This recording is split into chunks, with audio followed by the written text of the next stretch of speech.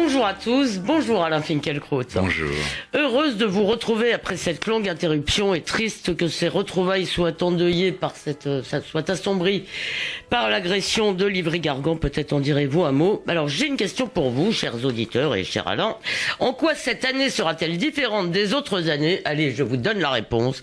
Jusque-là, l'an dernier, nous étions encore un peu esclaves de l'actualité et cette année, nous serons libres de choisir les thèmes et les idées que nous traiterons, eussent-ils un rapport très lointain, parfois pas de rapport du tout avec les événements que nous appelons nouvelles. Bien sûr, nous ne nous interdirons pas non plus de traiter des sujets de saison. Ainsi, en deuxième partie d'émission, vous nous expliquerez, Alain Finkielkraut, pourquoi le ministre de l'Éducation nationale, Jean-Michel Blanquer, vous donne de l'espoir, ce qui n'arrive pas tous les jours. Mais pour commencer, vous avez souhaité revenir sur une polémique récurrente, polémique qui concerne la responsabilité de la France dans la rafle du Vel-d'Hiv de juillet 1942. On se rappelle que le 16 juillet 95, Jacques Chirac, rompant avec la jurisprudence Mitterrand-De Gaulle des deux France, affirmait ce jour-là, le jour de la rafle, la France a commis l'irréparable. S'inscrivant dans cette filiation, Emmanuel Macron a déclaré le 16 juillet de cette année: je récuse les accommodements et les subtilités de ceux qui prétendent aujourd'hui que Vichy n'était pas la France, car Vichy ce n'était certes pas tous les Français, mais c'était le gouvernement et l'administration de la France. Au lendemain de ce discours, Paul Thibault, ancien président des Amitiés judéo-chrétiennes et ancien directeur de la revue Esprit, publiait un article très critique dans le Figaro, se déclarant surpris de voir Emmanuel Macron s'inscrire dans un franco-pessimisme, un franco-culpabilisme, dont la hardiesse de sa démarche le montrait éloigné. Fin de citation.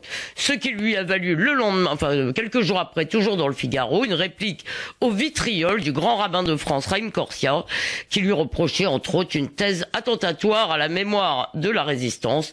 Et Haïm Corsia concluait par un vibrant éloge du président. Alors Alain Finkielkraut, ce discours du Vel-d'Hiv a comblé beaucoup de juifs, il a fait plaisir à beaucoup de juifs, d'autant plus que pour la première fois, Emmanuel Macron a dénoncé l'antisionisme et évoqué c'est le sort de Sarah Halimi.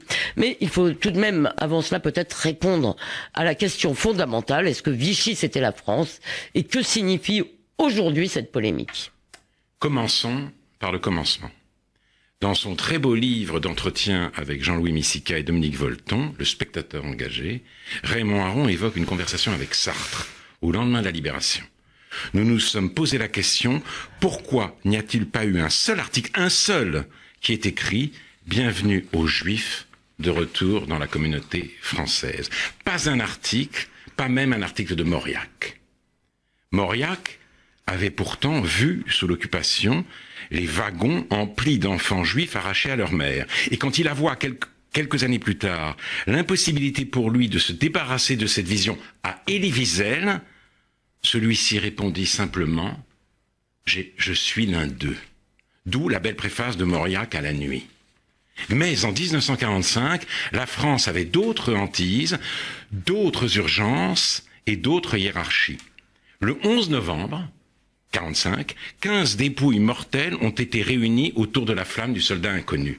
2 résistants de l'intérieur, un homme et une femme, 2 déportés, un homme et une femme, des combattants et non des déportés raciaux, un prisonnier abattu lors d'une évasion, un FFI et enfin 9 militaires des différentes armées et théâtres d'opération. Le déporté résistant était un héros, le déporté racial, comme on disait alors, était une victime. Il l'avait même intégré, en quelque sorte. Oui. Je me rappelle que Vidal-Naquet raconte que ses parents lui ont toujours dit qu'en quelque sorte, ils avaient été déportés comme résistants. Oui. Alors, au sortir de la guerre, on pouvait plaindre les victimes, mais on célébrait les héros. Et l'heure pour la France ne pouvait pas être à l'examen de conscience. La France avait gagné la guerre, elle se rangeait tout entière dans le camp des vainqueurs.